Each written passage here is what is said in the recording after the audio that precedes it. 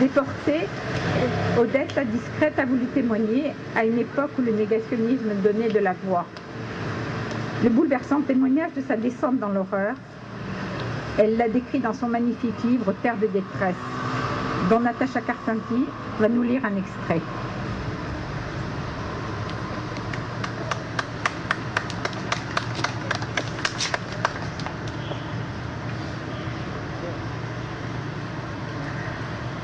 Il aura donc suffi pour nous, les rescapés de Bergen-Belsen de retour en France, d'un voyage d'une huitaine de jours pour que nous soyons arrachés à notre camp et rejetés dans le creuset de la vie des autres, les gens normaux.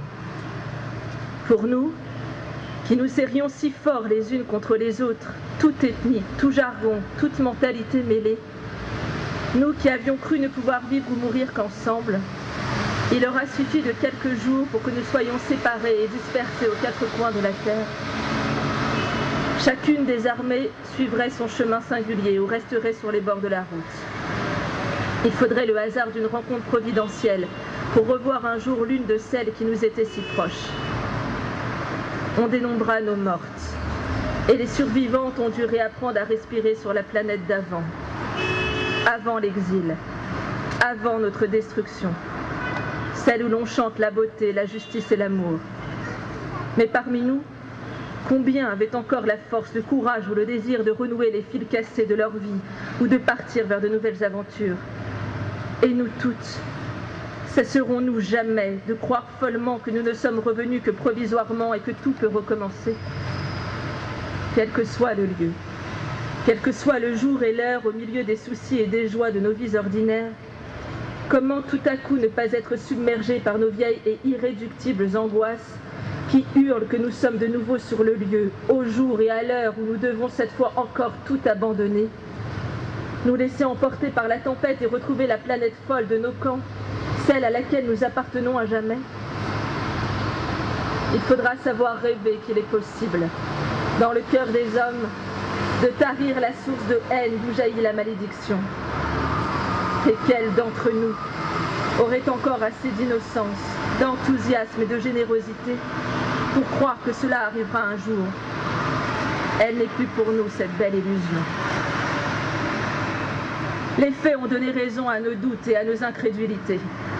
Actuellement, un demi-siècle après notre retour, des criminels imbéciles et déments osent encore nier la réalité de nos martyrs. Ils soufflent sur la flamme de nos crématoires pour déclarer qu'ils n'existaient pas et espèrent faire mieux la prochaine fois. Un peu partout dans le monde, des guerres se rallument ou vont se rallumer. Des réfugiés affamés errent sur les routes. Des foules misérables sont rassemblées dans d'innombrables camps. La famine, les épidémies, les attentats, les fusillades et les bombardements se rencontrent encore partout. Nous, les anciens de la déportation, nous contemplons de loin ceux et celles qui participent aux actions humanitaires, médicales et sociales, ici ou là. Ils sauvent quelques dizaines, quelques centaines, parfois même quelques milliers de rescapés. Et tarabustés par la passion de soutenir les victimes de l'injustice et de la fatalité, mais trahis par l'âge et la fatigue. Comment les plus fous d'entre nous supporteraient-ils sans rage et sans jalousie de rester chez eux inutiles, en regardant partir ces chevaliers des temps modernes? Nous avons tout connu. Nous avons tout connu au camp. La faim, la soif, les affres des étés torrides et des hivers glaciaux, toutes les maladies, toutes les déchéances et les tortures, les flammes des fours crématoires et partout la mort. Nous avons connu aussi, de la part de certaines d'entre nous, le refus systématique de comprendre et d'admettre des déportés d'ethnies ou de cultures différentes. Les inégalités criantes, les persécutions, les brutalités bestiales, le retour à la barbarie. Nous avons tout connu. Les deuils, les espoirs fous, vides, déçus, la désespérance, et même la dérision et les rires. Ce que nous savons maintenant à coup sûr, c'est que dans le pire des malheurs, notre grandeur et notre force était de nous sentir solidaires.